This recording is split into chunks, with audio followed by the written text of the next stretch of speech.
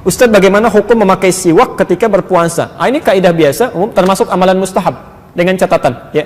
Bahkan Nabi menyampaikan dalam hal ini, laula an asyqa ala ummati la amartuhum bisiwak. Ya, inda kulli shalah.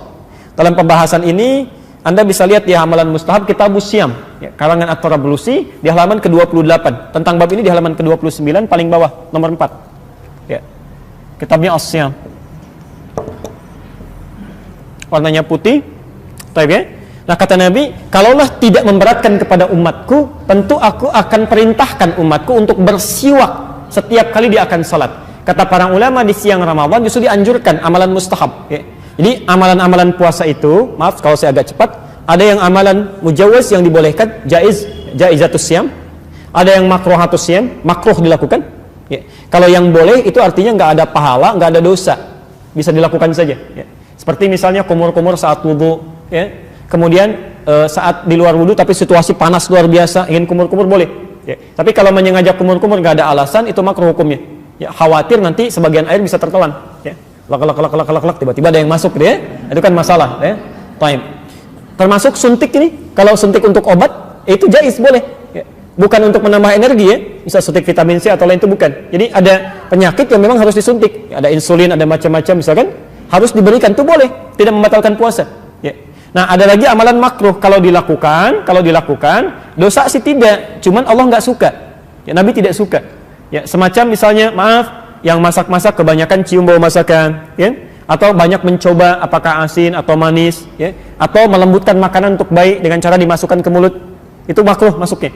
Nah, ada amalan mustahab itu yang sangat dianjurkan, berpahala bila dikerjakan, tapi tidak mengandung dosa bila tertinggalkan. Di antaranya bersiwak. Ya. Siwak itu artinya sikat gigi. Ya, bersikat gigi. Ya, jadi kayu itu bukan siwak namanya. Kalau kayunya disebut dengan udul arak. Ya, kayunya. Kayu digunakan untuk bersiwak. Ya.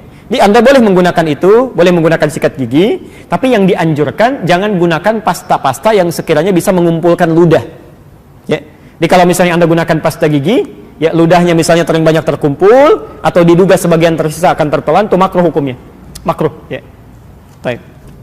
Jika kita tertinggal rakaat salat sunat tarawih di masjid, sedangkan salat di masjid lebih tersebut cepat, ya. Bagaimana jamaah tersebut telah masuk rakaat kedua, rakaat terakhir, ya. Baik. Jika Anda tertinggal salat tarawih, maka yang pertama kita harus sempurnakan salat kita. Ya. Pertama, sebelum imamnya salam, maka tidak boleh memulai saf yang lain. Ya. Jadi kalau Anda masuk, imam masih misalnya tahiyat, ikut tahiyat, tidak ada masalah. Ya. Kecuali kalau misalnya pas mau salam Anda tunggu sampai bangkit selanjutnya, maka ikut rakaat imam dulu. Rakaat imam ikut, ya. Berapa yang akan Anda tunaikan? Misal Anda mau 11, ya. Imam baru kemudian sudah 8, Anda baru 6. Ya, silakan ikut, boleh. Ya, ikut dengan imamnya, sempurnakan sampai dengan tarawihnya. Beliau berjumlah 8, Anda berjumlah 6. Kalau kemudian Anda memilih untuk melengkapinya setelah itu, boleh Anda mundur. Ya, Anda mundur lengkapi, ya. Anda lakukan selanjutnya, baru kemudian witir dengan terpisah. Tapi kalau Anda ingin tutup witir pun bersama imam, sah dilakukan.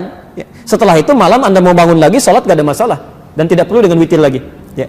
Apa perbedaannya? Kalau Anda mundur kemudian Anda lakukan, lanjutkan sholat Anda, lengkapi misal ingin 11, sah sholatnya tapi tidak mendapatkan pahala yang ada satu nih.